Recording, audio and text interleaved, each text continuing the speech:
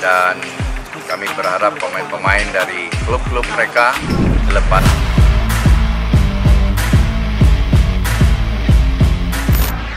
Sintayong siapkan siasat untuk Timnas U20, PSSI beri kepastian pemain naturalisasi.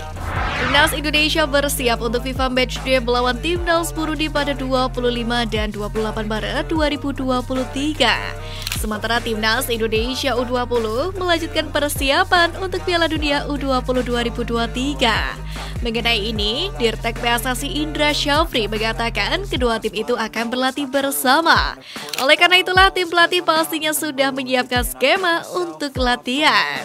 Yang juga menjabat sebagai pelatih Timnas Indonesia U22 itu pun mengatakan kedua tim sama-sama akan dikumpulkan pada 20 Maret 2023. Indra pun juga sudah merancang program latihan untuk kedua tim. Dengan begitu, Sintayong akan langsung memimpin latihan dua tim sekaligus. Namun kemungkinan besar akan dibagi untuk tim official yang melatih Timnas U20 dan Timnas senior nantinya.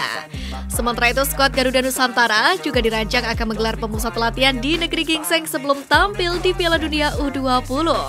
Muhammad Ferrari dan kawan-kawan akan menjalani TC di Jakarta terlebih dahulu sebelum berangkat ke Korea Selatan. Dalam rangka mempersiapkan tim jelang Piala Dunia U20, Wakil Ketum PSSI Zainuddin Amali pun memastikan pihaknya juga bakal menggelar rapat bersama Komisi 3 DPR untuk membahas proses naturalisasi 3 pemain keturunan yang mana diproyeksikan buat Piala Dunia U20 2023, yakni Justin Hubner, Ivar Jenner, dan Rafael Struijk.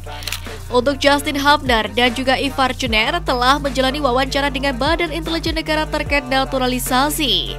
Sementara untuk Rafael Struijk sendiri sebenarnya belum melakukan wawancara dengan BIN. Namun diharapkan proses naturalisasi bisa berlangsung bersamaan karena ketiga pemain ini ditargetkan bisa tampil di Piala Dunia U20 2023, di mana ajang 2 tahunan tersebut bakal berlangsung pada 20 Mei hingga 11 Juni mendatang. Untuk itu, Zainuddin Amali selain menggelar rapat dengan Komisi 3 juga akan menggelar rapat koordinasi dengan Komisi 10 DPR demi mempercepat proses naturalisasi. Proses naturalisasi ketiga pemain tersebut pun bakal dimulai dari Komisi 3 pada Selasa 21 Maret mendatang. Format baru Piala Dunia 2026 buka peluang untuk Timnas Indonesia. Piala Dunia 2026 akan digelar dengan format baru, di mana kesempatan bagi tim-tim ASEAN untuk bisa lolos ke putaran final. FIFA sendiri telah menetapkan 48 tim yang akan masuk dalam putaran final Piala Dunia 2026. Itu artinya selama turnamen akan ada 104 pertandingan.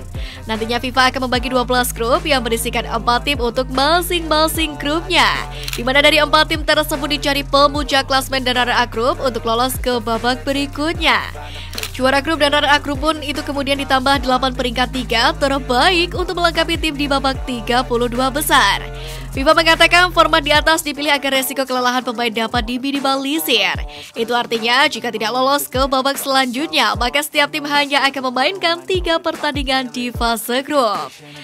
Sementara itu, bertambahnya peserta juga menjadi kabar baik bagi negara-negara ASEAN. Pasalnya kuota di setiap federasi akan bertambah, khususnya AFC bertambah menjadi 8 tim. Untuk itu, kesempatan Timnas Indonesia untuk lolos putaran final Piala Dunia 2026 semakin terbuka lebar. Tapi untuk mewujudkan cita-cita tersebut, Timnas Indonesia harus berbenah dari sekarang, terutama para pemain di Piala Dunia U20 2023. Jika mereka bisa tampil maksimal, maka tidak mustahil bisa berkembang 3 tahun mendatang. Selain itu, Timnas U22 Indonesia juga perlu dikembangkan. Jika sukses dalam pengembangan 2 kelompok umur tersebut, maka Timnas Indonesia sangat bisa untuk lolos ke putaran final Piala Dunia 2026. Terus bersiap, Timnas U22 berpeluang gelar uji coba dengan peserta Piala Dunia. Indra usai latihan di Senayan, Jakarta pada Kamis pagi menyatakan tim pelatih Timnas Indonesia U22 akan menyerahkan daftar pemain untuk SEA Games ke Komite Olimpiade Indonesia atau KOI.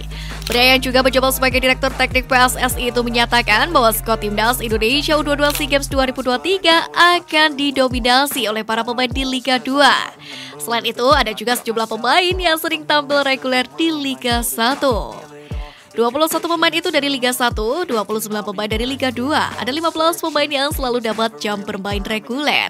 Ada 6 yang jam bermainnya tidak terlalu banyak, tapi kita simpulkan akan didaftarkan, ujar Indra Syafri.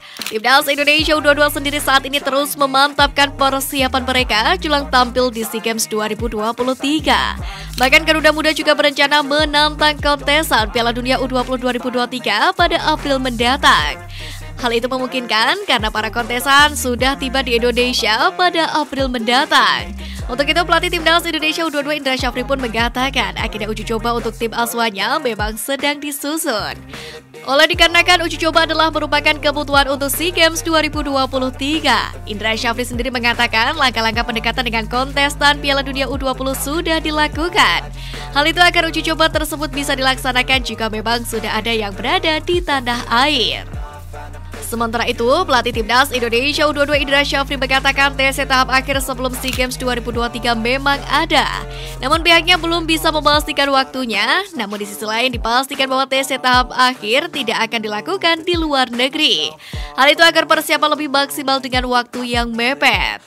Kami akan mulai TC lagi tanggal 29 Maret atau 1 April. Itu belum kami putuskan karena harus didiskusikan dulu, lokasinya masih di Jakarta, kata Indra Syafri.